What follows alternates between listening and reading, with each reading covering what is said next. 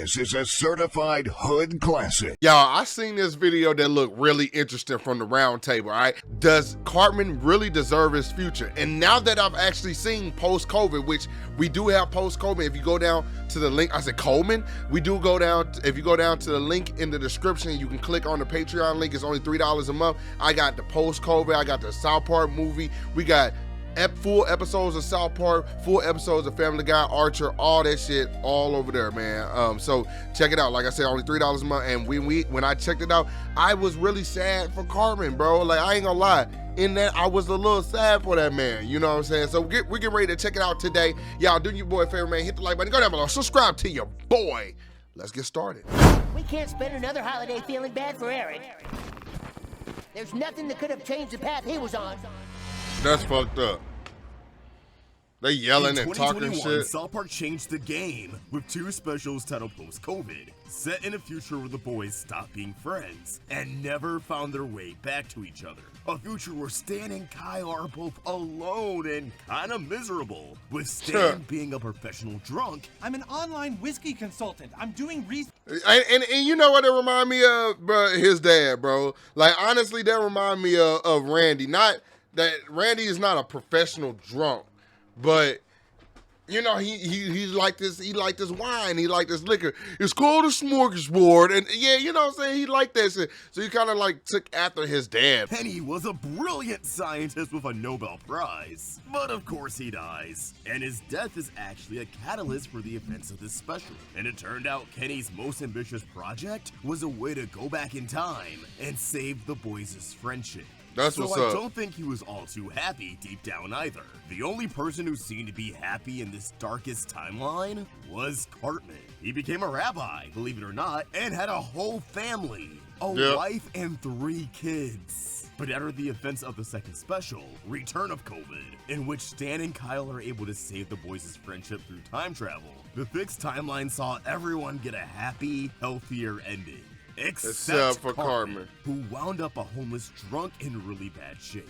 When I first, and you know, and to me, it just seems like if you go look at the earlier episodes of South Park, the earliest episode of South Park, they were always talking shit about Cartman.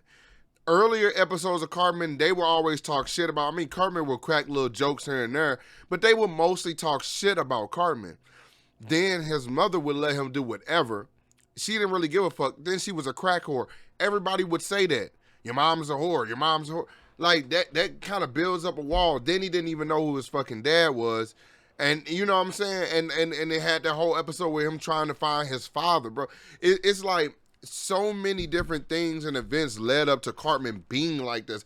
That's why I'm like, him being a child, I'm not even that mad at him because he's still a child, bro. Like he's fucked up, but all these things led up to him. And I remember in some episodes where he was like, "Ah, man, I love you guys," and then they were like, "Okay," and he was like, "Man, fuck you guys," you know what I'm saying?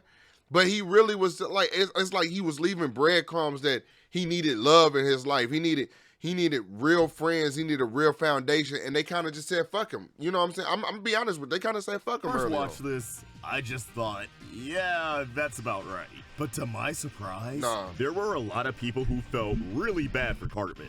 I did. Because everyone else reached the good ending. Which might say a lot about me as a person. Psychoanalyze me in the comments down below. But yeah, after seeing him happy with a family, I get why this could feel like a bitter note to end on. And the fixed timeline wouldn't even have existed without him. So now that season 26 is over, with its premiere Cupid Yee delving a bit into Cartman's mental well-being, I thought it'd be a good time to take a good look at how Cartman's behavior determines the trajectory of his life and answer the question, does Cartman really deserve his future? Yeah, probably, but like, it's a little more complicated. Yeah, I think so. Damn. Loud ass shit, boy. So I actually do think there's valid reasons for the answer to this question being yes. He ain't shit. And I think both reasons are fairly obvious. On one hand, Cartman is, Cartman. He is basically the antagonist of South Park, and is a character we're rarely supposed to root for. He's Right. committed more crimes than the U.S. president, the most infamous being the orchestrated murder of his half-brother's parents, in which he proceeded to cook them into chili and feed them to his brother. He's Right. made his mother's life a living hell, to the point where they had to live in a rundown hot dog for a season, and generally just has a tendency to drag down the people around him, while Yep. also sabotaging himself. But and then another note to that though, like I was saying before, it's been plenty of times he wanted to change his life. Even in the fat camp, even when he was doing that shit for the fat camp, they sent him to fat camp. When he finally went to fat camp, he did all that crazy shit, right? You know what I'm saying? And then he was selling, selling candy to the fat kids. Then he really wanted to change his life at the end. And who knows, he might have went back. But it seems like Cartman has always been longing for friendship, companionship, and love from those who he feels like is real. I think he gets love from his mom, but there's no masculine presence in that. You know what I'm saying? He gets to do whatever he wants, and it's hard to love somebody when you don't respect them. And I don't think he respects his mom. I think she's just started to kind of start putting her foot down, though. If you broke down every horrible thing Cartman has ever done, him ending up as a homeless drunk being something that's deserved wouldn't even be a debate. On the other hand, he is a child, which doesn't excuse any of the fucked up things he's done. But let's not act like It kinda this isn't does, South though. Park, a show that exaggerates things to the highest degree in the name of comedy. There is no denying that Cartman's character can be framed as a troubled kid with a mom who has a slew of her own problems. Yeah. And no father figure present in his life whatsoever.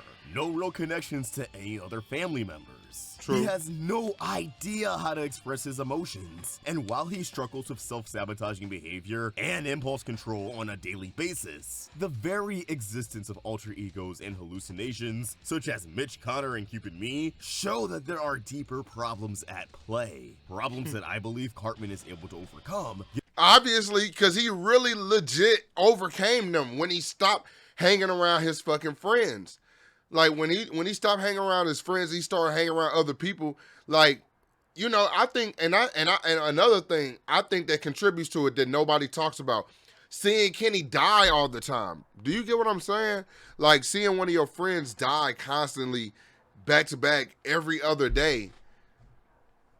Does that? I'm like, I know that he knows. Like, it's not even a thing. Like, I know that Cartman knows. And Cartman remembers Kenny dying every day. I know he doesn't talk about it, but I know that he does. Given that we saw him with a stable family and career. And It, Stan does. Looks like some of those unsavory qualities of his are genetic. Hakim! But then that begs the question, what changed Cartman so much in this timeline that he was able to outgrow his bad habits and become a respectable human being? Why does Cartman get better?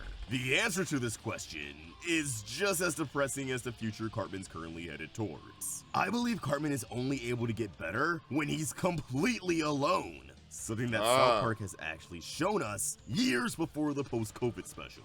Back in season 20's Skank Hunt, Cartman hit a low point after he was falsely accused of being the infamous troll Skank Hunt 42, with the boys destroying all of his electronics and dissolving their friendships with them. It's honestly a pretty tough watch, knowing he's not actually Skank Hunt 42. Right. In the aftermath, Cartman is shown to be pretty miserable as a lone wolf. As PC Principal puts it, he's wandering through the hallways with no connection to the world. Though in the context of the actual episode, it's because he was forced to quit social media. It actually seemed as if Cartman was ready to turn over a new leaf. But one thing threw a wrench into that development. His relationship with Heidi. After losing his friends, Cartman gained a new companion in her as she made amends for falsely accusing him. The two grow closer to one another and they begin to date shortly after.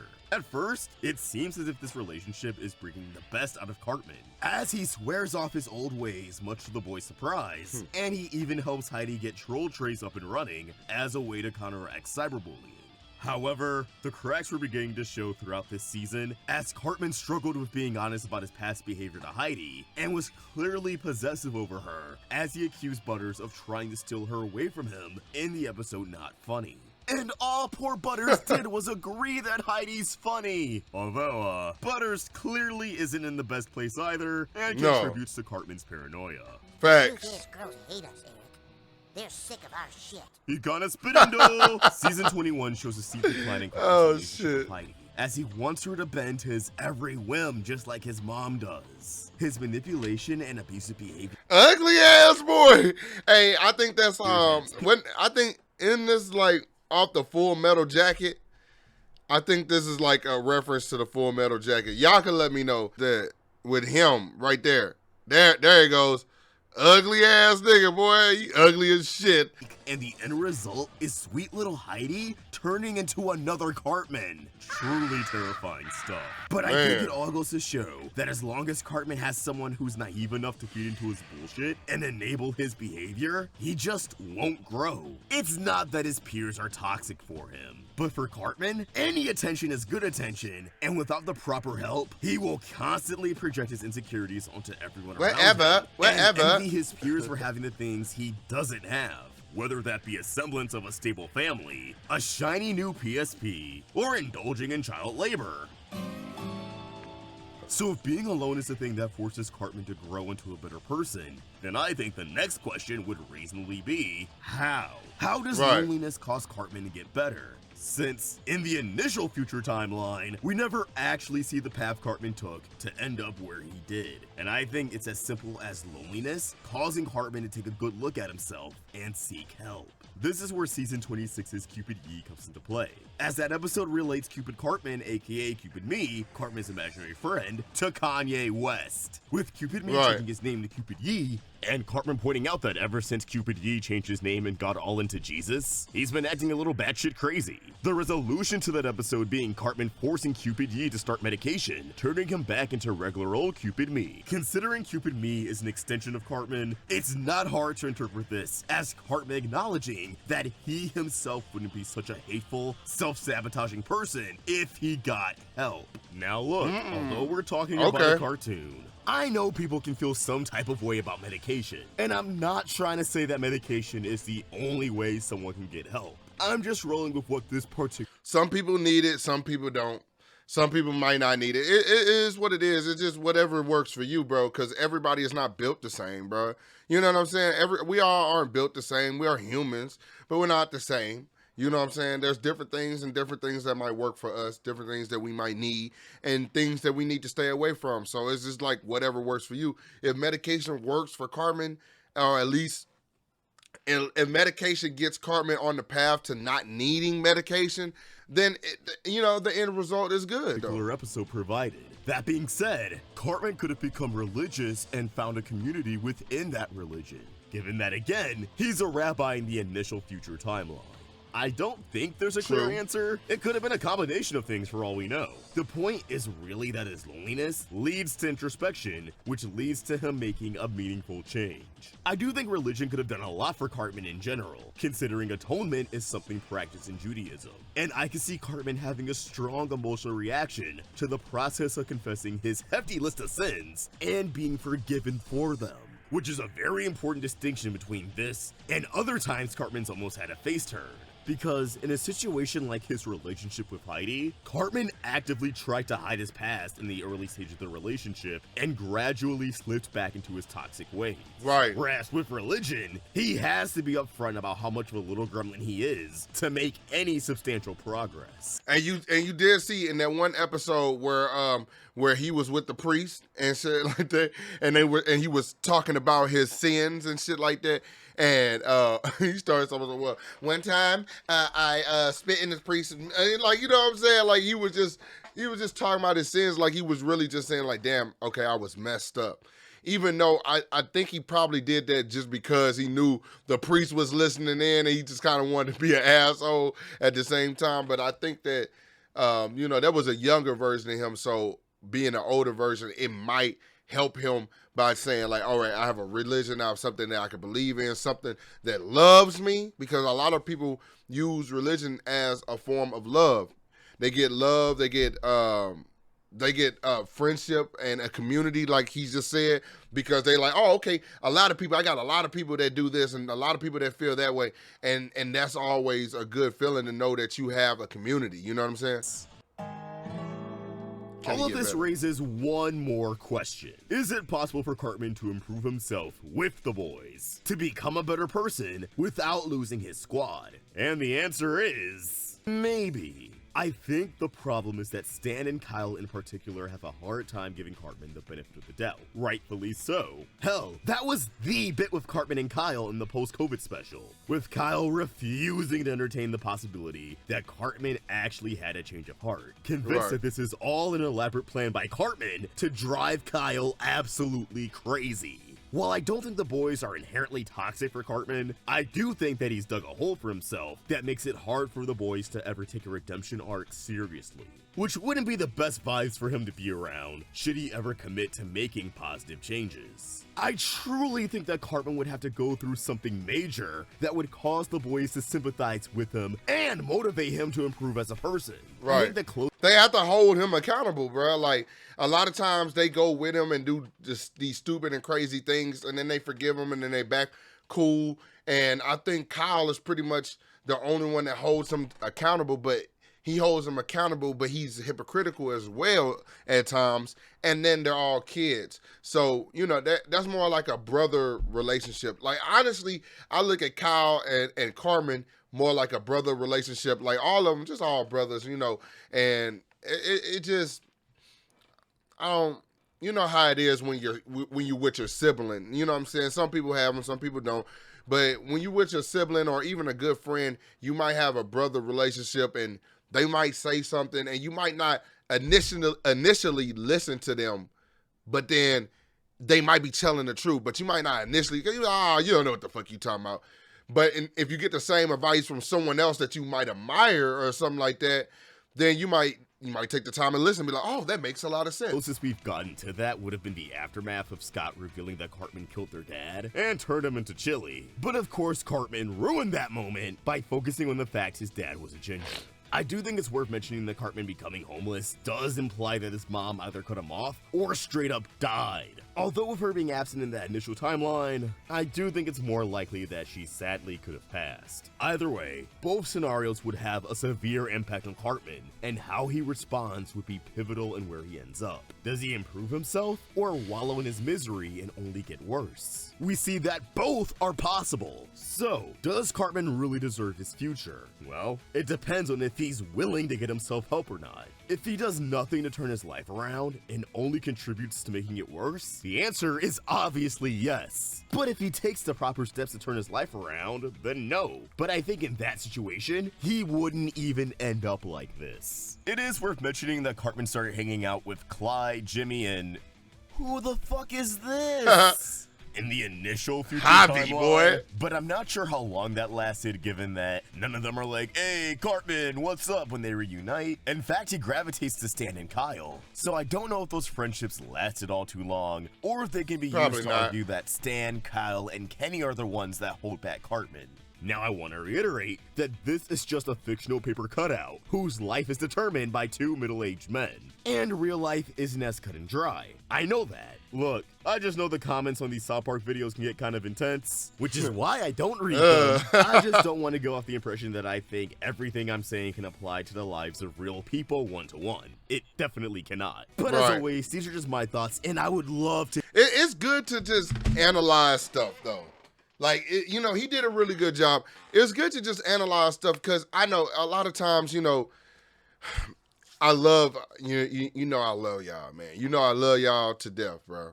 But a lot of times, sometimes people can really internalize some of these characters and like I don't exactly know what it means. That I don't exactly know how to say it, but like people would just like relate to the character so much, and they use that, and it's like when you say something about the character, they take it as a personal attack, and they're typing in there, and they're mad, and they're frustrated, and they want to tell you how fucked up you are. And it's just like, look, man, understand that this is a cartoon, but therefore, you know, I am really invested in the cartoon. A lot of people are. I'm sure you are if you're watching the video. And it's good for us to analyze stuff like this because it's good for us to know maybe we need to make some changes in our lives. Maybe we're not as extreme as Cartman, but maybe we have some similarities. You know what I'm saying? And it's good for you to analyze his life because then you can get a full look and you can actually understand fully about how Cartman acts, and you can say, I wonder, I do that sometime, or I've done this, or yada yada, man. I act a little bit like Kenny or Stan or Kyle, and you can correct it. You can make corrections. You know what I'm saying? But yeah, it's not to argue about, but it's just something to think about, man. So y'all, that's the video today, man. Y'all do me your boy a favor, man. Hit the like button. Go down below. Subscribe to your boy if you haven't, man. I love y'all, and shoot me some videos you want me to watch.